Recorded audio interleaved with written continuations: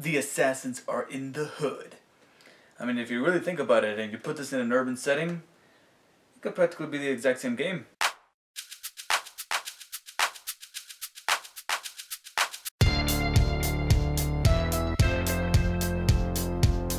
Hello everyone, TV here with another game review. Now, I'm gonna try to accept a challenge.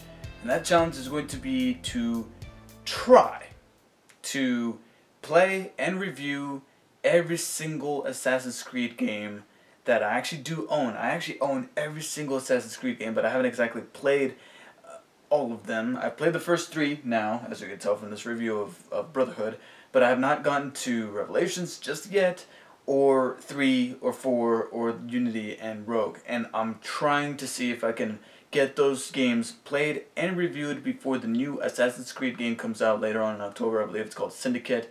Because if the myth of every odd-numbered game being kind of or not very good, and every even-numbered game in the series is pretty damn good, if not excellent, then I have some rather high hopes for Syndicate, considering this is the even-numbered entry. This is the next even-numbered entry.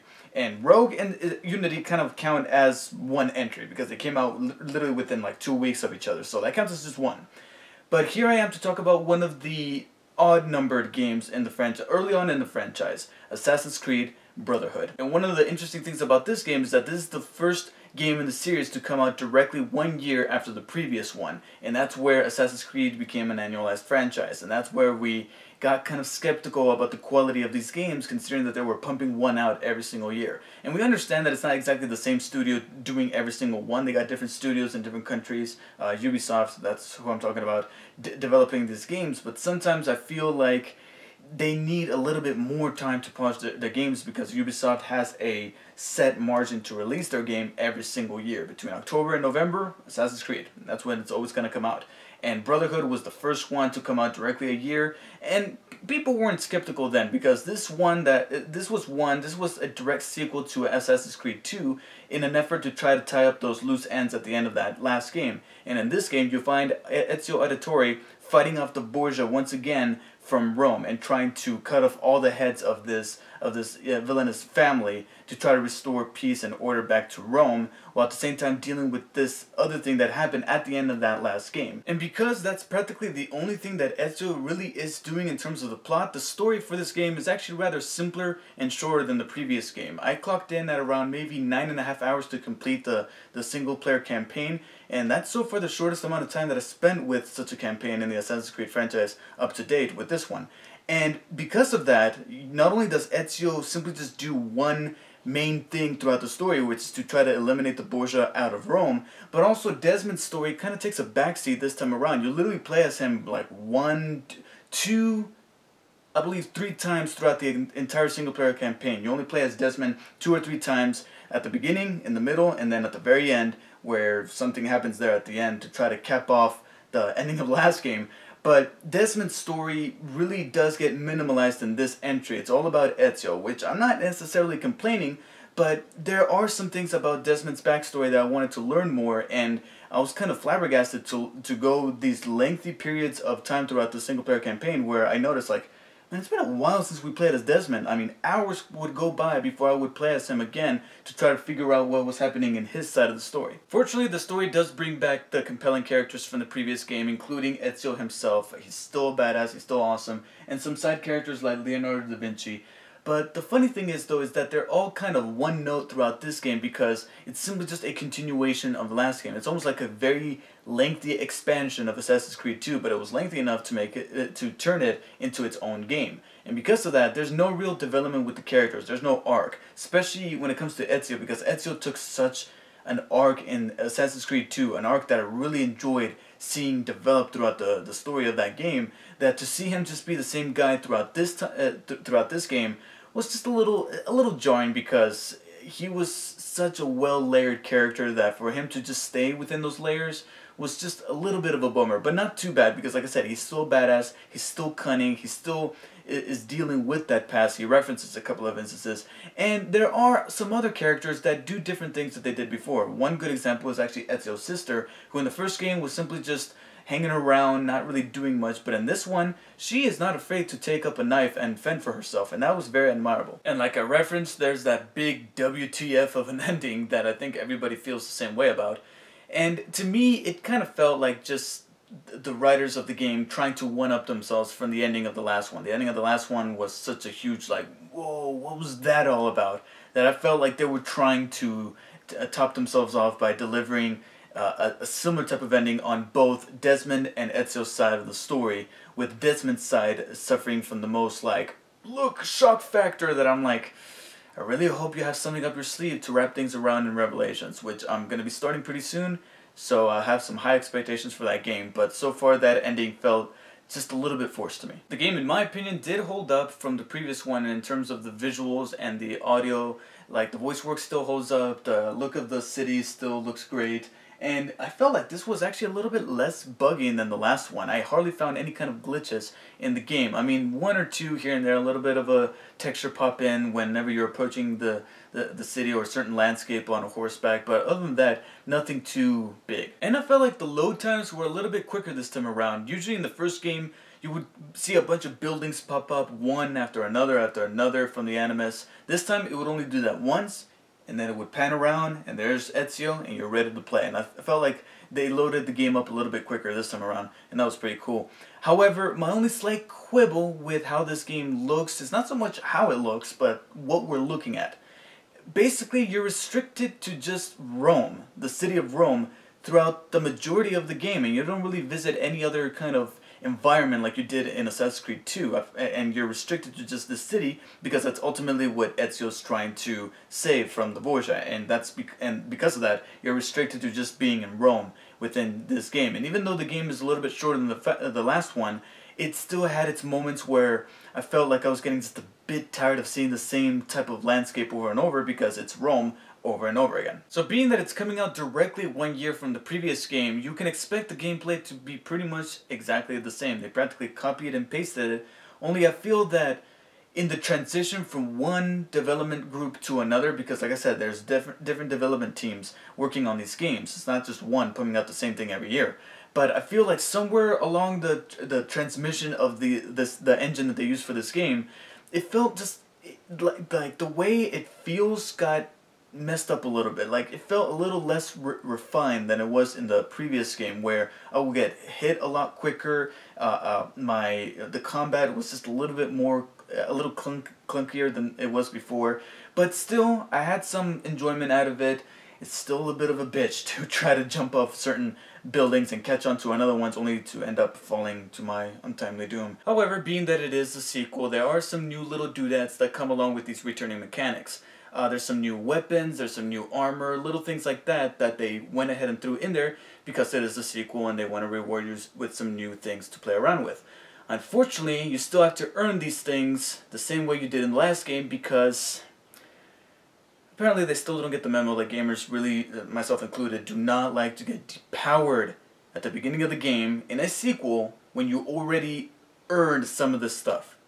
Okay, you earned all of this awesome stuff at the end of the last game, and that was cool and all, but now because something happened in the story, you lose it all, and now you have to earn it back again. And even though some of these new things are brand new to this game, you still earn them in that same way you did in the last one. And that could get kind of tedious. However, this game introduces a new mechanic that, I'll admit, kind of redeems it. It kind of puts itself forward from that setback of depowering you at the beginning of the game and make you earn all that stuff all over again. I'm actually willing to overlook that because of this new feature that I had an awful lot of fun with. And that is the ability to recruit your own Brotherhood of Assassins. Basically, there's these commoners throughout the city that are tired of the Borgia's oppression, so obviously, after a certain amount of time that you spend with the game, you'll gain the ability to recruit these commoners to become your own assassins. And what's cool is that these people essentially become your own little assassin Pokemon. I mean, they really are your own little Pokemon assassins. because not only can you have these assassins fight your battles for you by sicking them on enemies, that is of course if you have any available, but also there's this little mini RPG system for these recruits where you can level each one up, add skills and armor and weaponry to each one of them so that they can become stronger, and of course the stronger that your recruits get, the more efficient they're going to be when you actually bring them into battle with a certain type of enemy, whether it be through a stealth mission where you don't want to get caught, so you can get these assassins to kill certain enemies for you, and then you can make yourself through the complex that you need to get around, or simply you just need something out of the way and you don't want to get your hands dirty. Just call these guys, they'll do it for you. And even though the main story itself is shorter than the previous games, there's still plenty of other stuff to do in the city of Rome on the side. Stuff that you couldn't really do before, and they added plenty of more side content to really lengthen the life of the game for yourself and spend more time with it, and more so than the previous games. There's a couple of mission types that I have never encountered before, such as stuff that you can do with Leonardo da Vinci or with this previous character, and some flashbacks that actually throw back to the events that happened at the beginning of the Assassin's Creed 2, which was really nice. And there's also plenty of other stuff to do, like the Assassin's missions, or getting every viewpoint, you know, whenever you go up tower and then you scope out that entire segment of the city. But this time around they add little challenges to make it a little bit more interesting. You have to defeat this guard who's in charge of this troop within this certain section of the city, and once you take that guy out, then you can go up to the tower, destroy a certain tower to relieve that section of the city from any kind of bourgeois oppression, and then you can do plenty of other stuff like open up shops and invest your money in those shops so that then you can get a good amount of revenue and build up your bank, and also do plenty of other things that couldn't have been done before if you hadn't released that section of the city from any kind of bourgeois oppression. And it's, like I said, it gives you plenty of stuff to do on the side that I hadn't really seen that much before in the previous games. A couple of missions could feel a little bit like padding, where they kind of throw certain things in where, like, oh, you have to do this now, and then, you know, like they multiply the amount of things you have to do. Like, they don't really increase the challenges or make things interesting. They simply just multiply the number of things that you have to do to give you more stuff to do, and that could feel like a little bit of it feels like the developers could be padding out not only the story campaign but also some of the side missions, but still there's plenty of stuff to do for completists to keep themselves busy. Now, Assassin's Creed Brotherhood is actually the first in the franchise to introduce a brand new multiplayer mode. And of course these days, whenever an entry in a franchise does that, you know, introducing multiplayer mode, the first thought that comes to mind is, of course, oh, this thing is tacked on, it's not going to work. I keep thinking of Batman Arkham Origins and how that wasn't all that perfected, but I'm actually very surprised that I enjoyed myself quite an awful lot with the multiplayer mode in Assassin's Creed Brotherhood. First of all, what I found very, very neat was that when you first access the multiplayer for Brotherhood, they have this little cutscene in which they try to tie the multiplayer mode to the actual story of the single player mode.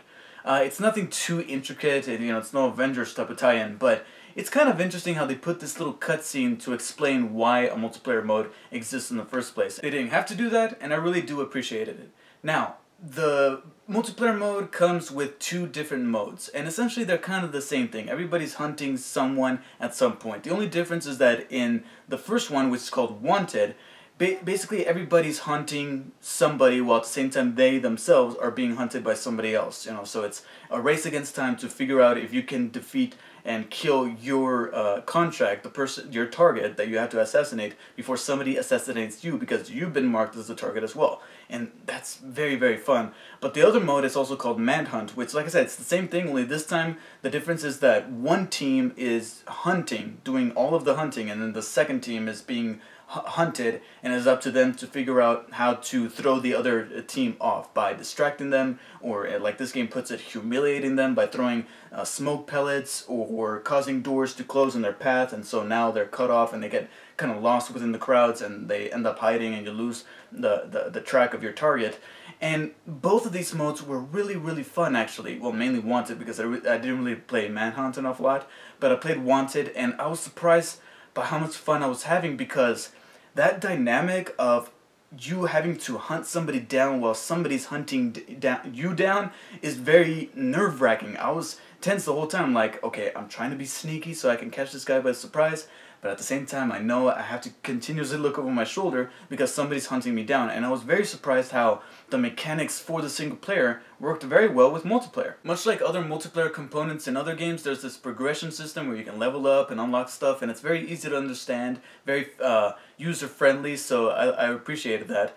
And you get to choose between 8 forms of assassins, each one with different abilities, and I found that to be very diverse and fun because I can pick somebody, and if I feel appropriate with that character, I'm probably gonna stick with that character every time I jump into the multiplayer. My only complaints is that there's a little bit of lag within servers, and sometimes that lag would actually cause some unfair kills. Like there'll be instances where the lag would cause me to be in one position quite distant from the person that is actually trying to kill me, but then that lag would legitimately send me towards the person that's trying to kill me, and that person will then kill me very easily. And other related type of events would happen when lag occurred, and it would make multiplayer just a little bit unfair during those moments. And I know this isn't really the multiplayer's fault, but because we've had numerous entries in the franchise since then, almost nobody's playing the multiplayer for Brotherhood specifically, and that's why I couldn't play Manhunt an awful lot, because whoever was playing Brotherhood at the moment, they were only playing Wanted, they weren't playing Manhunt. And that was a bummer, because I really wanted to check out that mode out, but because since then we've had Revelations, 3, and Black Flag, people are probably just playing Black Flag, because from my understanding, Rogue and Unity do not have multiplayer, or at least competitive multiplayer, so people are probably still stuck on Black Flag, and therefore nobody's really playing Brotherhood. And that's a bit of a bummer, but it's one that I have to accept because that's just how things are. So I managed to play the very first game of the franchise, then I played the second one, which is an even numbered, and now I played a second even odd numbered game in the series. So can I make some kind of judgment on the myth that the odd numbered games are alright or just not as good, and the even numbered ones are the ones that excelled the most? Honestly, yes, but even though I say that, Brotherhood is still a very good game. There's still plenty of things in the game that worked more for the game rather than against it. Sure, there were some slight issues with the story, not so much issues, but things that I could have preferred would have been done a little bit differently, and the combat is not as refined as in the previous game, but still, the multiplayer was a delightful surprise. Some things in the character side of things still worked, and there's plenty of things that still held up with the game that came out directly a year from the previous one, and I feel like that's an effort that shouldn't be taken for granted. So for that, I give Assassin's Creed Brotherhood a solid 8 out of 10. Sure, it's not as good as 2, but still a good game to play to keep up with the story of Assassin's Creed if you haven't caught up, much like me. However, if the myth is to be believed, I'm very stoked for Revelations as well as Syndicate later on this year. So let me know what you guys thought of Assassin's Creed Brotherhood if you have played it, but if you have not and would like to purchase the game after watching my review, then be sure to use the link in the description below. It would really help me out a lot. Thank you guys for watching, and I'll see you guys next time.